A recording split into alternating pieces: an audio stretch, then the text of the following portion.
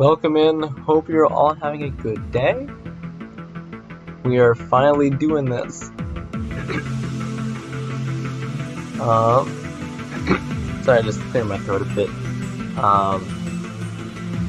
Do this every year. We're going to be making one of these March Madness brackets.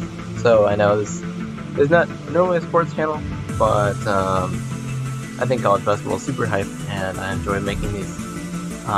So I do have a bracket pool linked in the description if you want to join. I also have got a couple people on Discord to that as well. I know normally would do these a couple days before it starts, but I haven't had any time to be able to stream. But I do have time right now, so we're just going to go through what my picks are going to be. I know that people in the bracket pool could just easily compare theirs to mine then, but it's not super serious. And if you want to hear any of my reasoning for these, I'm going to be giving them for all of them. Team Goob for the win. I guess you'd have to figure out which college in here is the most Goob out of all of them. Good to see you, Paige. Hope you're doing well. It's been a minute since I've done a stream. But you know, I had to come back for this because always love doing these every year.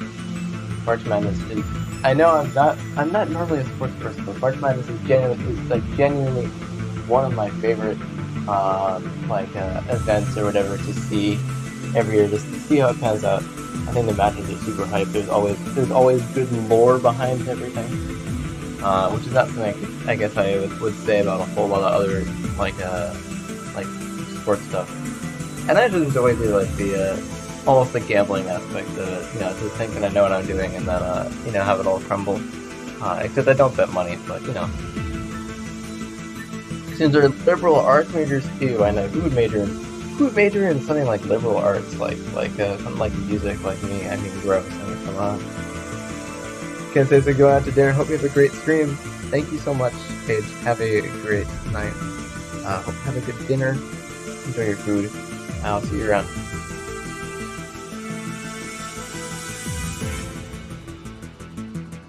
Alright, I guess I don't have a whole lot of time, so we're just going to go ahead and start up here. I'll explain what I need to do for, what I'm going to, why I'm picking each team for each match. So for pretty much every game where you're picking, because I'm actually trying to get the best bracket possible. Hello Lancor, hello Neo.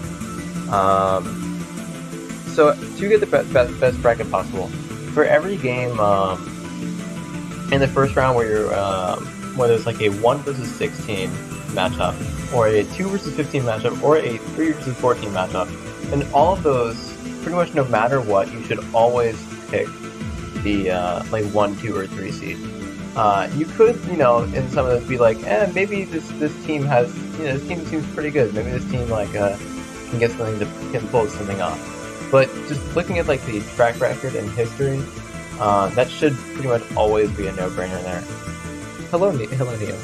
I think I know what I'm doing. Yeah, that's so true. So I'm just gonna start off by moving at the start every 1 to 3 seed onto the next round.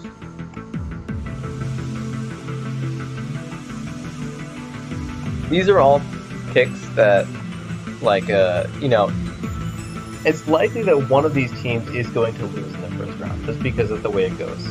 But, it's probably not all going to win.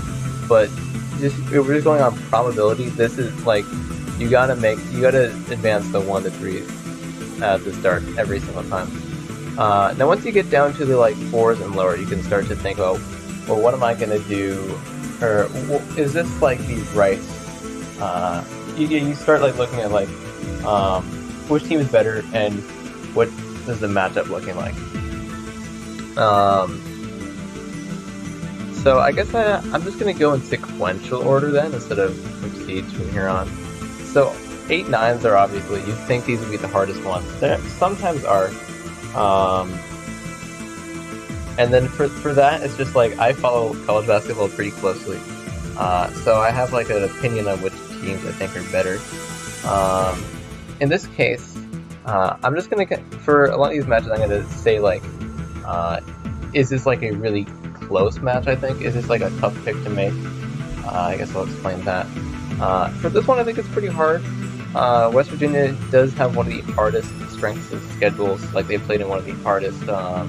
They played in the best division.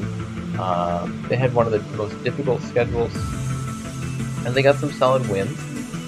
Their record isn't that great, and though that's the problem. And Maryland, they're not conference. They played really well. They have some solid wins as well. I really like. They had a win over a really good team at the start of the year. I'm trying to think a little bit. Was it Xavier? It might have been Xavier. I think it was a strong Big East team that they got to win over. And I think Maryland overall, I feel a little bit better about them going into this game. So that's who I'm going to pick here. For San Diego State versus Charleston, I actually think Charleston is super underrated. I'm going to pick them. They are 31-3 going into the tournament, which now you may think that record is really good. Why are they seeded this low? Well, they're from like a conference that's called a mid-major conference. So basically, what that means is that they are playing like worse competition overall. They're like playing games within their conference against worse teams. Now, I still think that is way too low a seed. For example, FAU, they got a 9 seed while being in a mid-major conference, while being 31-3. Now they're a little bit of a better conference, but when I look at Charleston's schedule, in the very few games where they lost, their opponents scored an insane amount of points on them, and they were very close games. They had some good wins outside of the conference, and I have a lot of faith in them. I also don't have a ton of faith in teams from this conference, which is the Mountain West Conference, which is where San Diego State's from. Last year's teams from this conference got 0 tournament wins, and it doesn't really bode super well for that. So I'm picking them here. Virginia is just a solid team. They are definitely, they've definitely not looked super impressive, but they've been solid. I think they're good enough to get the win here. Creighton, NC State, this should be a no-brainer. I'd be shocked if NC State wins this. Creighton looks really, really good. They've been playing super good recently. NC State just got destroyed going into the tournament. This is by far the most lopsided 6-11 game. Missouri versus Utah State, it's pretty close. But then again, Utah State is from the Mountain West Conference, and I don't think... I'm not like a super big fan of how that conference is looking. I don't think Missouri's been playing really good lately. It's a close one, but I'm picking them. Memphis versus FAU. This matchup is really, really tough. I think this is a really brutal matchup to see in the first round. Both these teams are really good. I think both these teams deserve to get to the second round. I would rather FAU not be a 9 seed. I think they should be an 8 as well. But Memphis has looked really strong recently. They looked really strong at the beginning of the year too, and they just won their conference tournament. I think they're going to be a little bit too physical and tough for FAU to handle. Also, they haven't been playing as good competition as Memphis, so I'm going to pick Memphis here. Duke has been playing great recently. I'm picking them. Every 4-13. This is a somewhat close one, but. Every 4-13, I'm also just going to pick this 4. Hello, Nightmare. Welcome in. I'm going through my picks. This is going to age, amazing. Of course, all of my picks are going to be right. Kentucky versus Providence. This is another really, really close one. I'm actually going to pick Providence here. It's not biased because I currently live there. It is because Kentucky has been looking super shaky recently. They've been looking shaky the whole year. I don't know how the heck they got 16, probably because of bias. But this one's been one that I've been kind of flip-flopping on. But I think the Big East is an underrated conference, and I don't think it's something that's like not right with Kentucky right now. What is the song in the background? This is Intermezzo Without a Leader from Kirby Planet Robot. It's very good. Very good, just like kind of intense vibes. Enjoy it. I think USC is kind of bad. I'm picking Michigan State. They didn't look good in the Pac-12 tournament, and they also haven't been playing super good recently. Also, Michigan State's just a solid team. They usually do well in these. Up next, I'm picking Iowa. It's kind of a tough matchup, but I like Iowa's offense a lot. They score a lot of points. Auburn does too, so it should be a fun game to watch. Overall, I think Iowa's a little bit better. Miami or Drake? Miami is missing one of their best players. But overall, I think they're a really, really good team. I'm gonna pick them. This could be a close one though. I'm picking Indiana. Picking Iowa State over Pitt. Pitt didn't look super good. They haven't looked super good lately, so and should hopefully be not too bad. This matchup is. I really did not like to see this.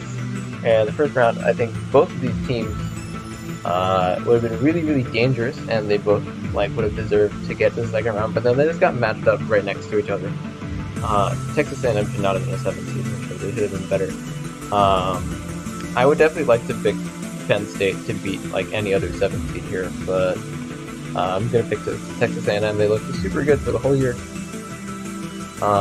Picking Arkansas because I originally had Illinois here, but I realized that Arkansas had their best player injured for most of the year, and now they got him back.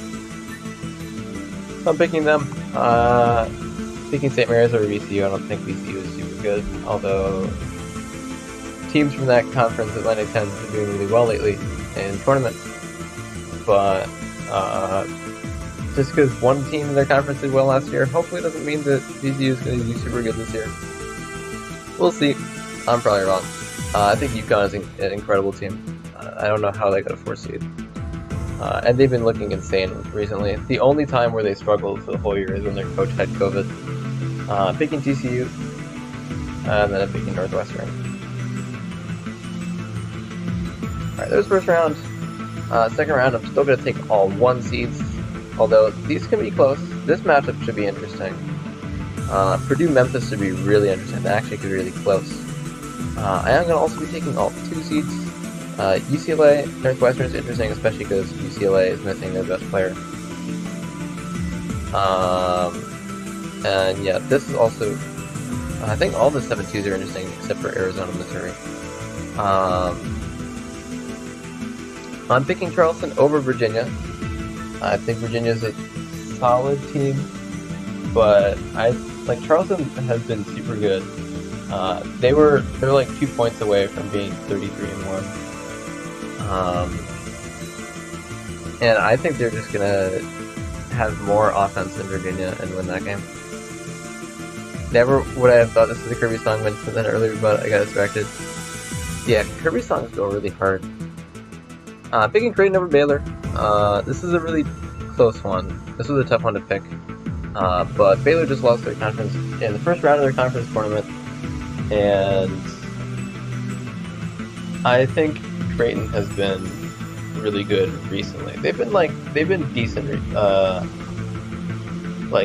overall, but they had a stretch in the middle of the season where they weren't doing very good.